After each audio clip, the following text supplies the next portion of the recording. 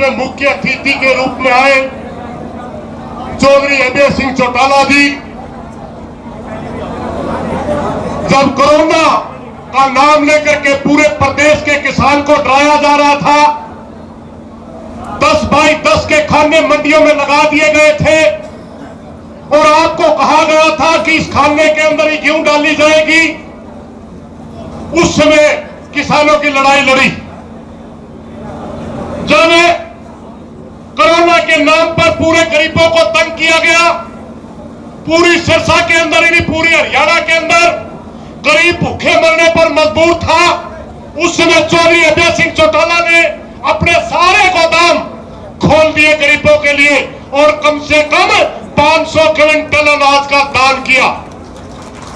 और जब पूरे भारतवर्ष का किसान इस मोदी सरकार द्वारा लाए गए 3 कानूनों के खिलाफ अपने अस्तित्व की लड़ाई लड़ रहा था, अपने आप को मजबूर महसूस कर रहा था, 4016 विधायक इस देश में बनते हैं और 540 एमपी बनते हैं, लोकसभा के 238 राज्यसभा के सांसद बनते हैं। हमने पूरे देश के राजनीतिक साथियों से प्रार्थना करी कि आज हमें आपकी जरूरत है, आप किसान बन के किसानों के बीच में आइए, तो एक भी सांसद या विधायक आपके लिए इस्तीफा दे करके नहीं आया। अगर कोई इस्तीफा दे करके आया वो चौधरी अभय सिंह चौटाला,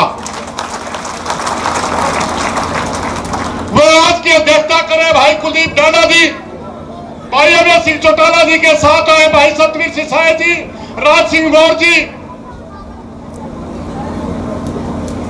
हमारे खाप के अध्यक्ष रामफल जांगड़ा जी, हमारे कैशियर साहब बलबीर शर्मा जी, हमारी जैसे विकास भाई बोल रहे थे खाप प्रजातंत्र नहीं सरल जातीय भी है। हमारा संगठन में अगर देखा जाए हमारा प्रधान बीसी से है, हमारा कैशियर पंडित जी है, हमारा लिखने वाला एससी धर्मबीर जी मिनकपुर से है, यानी सर्व जातीय संगठन है हमारी खाप का। सुनील जी,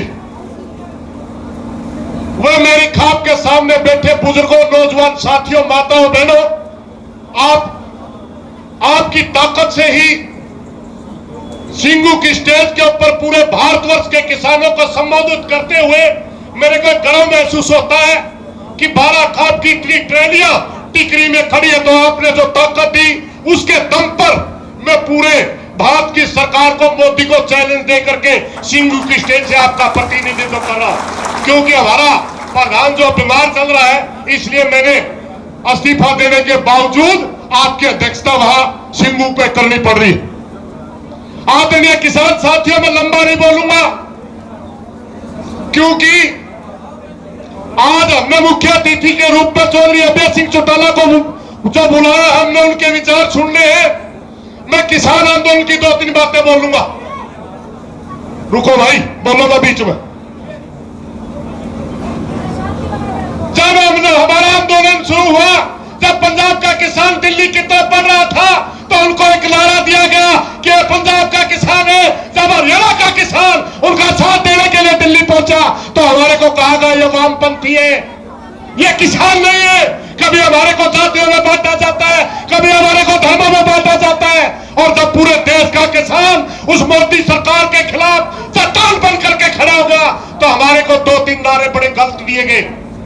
साथियों, में लंबा बात लेकर के उन बातों के जब मोदी जी राज्यसभा के अंदर बोलते हुए 2 नाम देते हैं, एक कहते हैं किसान आंदोलन जीवी है, एक कहते हैं किसान परजीवी है। साथियों, आंदोलन जीवी से हमें प्रेज नहीं है, क्योंकि ये देश आंदोलन से आजाद हुआ था। चाहे महात्मा गांधी जी हो, चाहे नेहरू जी हो, चाहे चौधरी चरण सिंह हो, चाहे चौधरी देवीलाल हो, सबने आंदोलन कर करके इस देश को आजाद करवाया था। इसलिए आंदोलन जीवी होने में हमें कोई लज्जा नहीं आती, हमें गर्व है। किसान आंदोलन की जहां तक बात है, 1907 के अंदर सरदार अजीत सिंह की अध्यक्षता में एक आंदोलन लड़ा गया था जो 8 महीने चला था। अगर सरदार अजीत सिंह आंदोलन जीवी है तो मैं भी आंदोलन जीवी हूं। एक आंदोलन गांधी जी की अध्यक्षता में नील की खेती के खिलाफ चंपारण में लड़ा गया था, बिहार का वो आंदोलन था, कई महीने चला था। अगर गांधी जी आंदोलनजीवी है तो मैं भी आंदोलनजीवी हूं। एक आंदोलन खेड़ा खाने के अंदर सरदार पटेल ने लड़ा था, वो उस समय महीनों तक आंदोलन चला था, लगान के खिलाफ था। अगर वो आंदोलनजीवी है तो मैं भी आंदोलनजीवी हूं, हमें कोई परहेज नहीं है। मगर दूसरा शब्द जो है परजीवी, परजीवी वो शब्द होता है, परजीवी उसको कहा जाता है जो दूसरे का खून चूस करके अपना जीवन बसर करता हो, जैसे डेरा, जू, चीतर, जोक, इनको परजीवी कहा जाता है। परजीवी से हमें परहेज है। मोदी जी इंसान के रूप में अगर परजीवी किसी के को माना जाता है, उसका नाम मांग के खाने वाला होता है। और आपका संगठन जो आरएसएस है वो 70% लोग मांग करके खाते हैं। अगर कोई परजीवी है तो आरएसएस है। आपने खुद माना कि 35 साल तक मैंने भिक्षा मांग करके खाया है। अगर इस देश के अंदर सबसे बड़ा कोई परजीवी है तो नरेंद्र मोदी है, नरेंद्र मोदी। हम मेहनत जीवी थे, मेहनत जीवी है, मेहनत जीवी रहेंगे। आदरणीय किसान साथियों, हमारे को जो नाम दिए जाते हैं इनसे हमें कोई लेना देना नहीं। हमें लेना देना मात्र इस बात से है कि आप लोगों ने संख्या को कम नहीं होने देना है। हम हर हालत में आंदोलन को जीत करके आएंगे। आप बैठो बैठो बैठे बैठे, मैं कोई लंबा भाषण नहीं देता, आपसे एक प्रार्थना करने के लिए आया हूं। आप सबसे एक प्रार्थना है, आंदोलन महीना चले, आंदोलन 2 महीने चले, आंदोलन चाहे साल तक चले, आप लोगों ने संख्या कम नहीं होने देनी। जिस गांव से 15 आदमी है 15 ही रहने चाहिए। जो पहले 15 है अगर वो गांव में आते हैं तो दूसरे 15 भेज दो। इन्हीं बातों के साथ कोई गलत बात नहीं, माफी चाहूंगा क्योंकि माता बहने या भाई उठना शुरू कर दिया। अब मैं प्रार्थना करूंगा आप लोगों से कि आप लोग शांति बनाए रखें। जब तक भाई साहब बोल नहीं लेते तब तक आप एक भी साथी नहीं जाएगा। इन्हीं बातों के साथ कोई गलत बात निकल गई हो माफी चाहूंगा और मैं प्रार्थना करना चाहूंगा। हमने पूरा भाईचारा जुड़ रहा है, इसलिए मैं बात करता हूं। मेरे को थोड़ा समय नहीं लगा, 3 महीने से मैं सिंगू बॉर्डर पर, इसलिए सारे गांव में पंचायत है।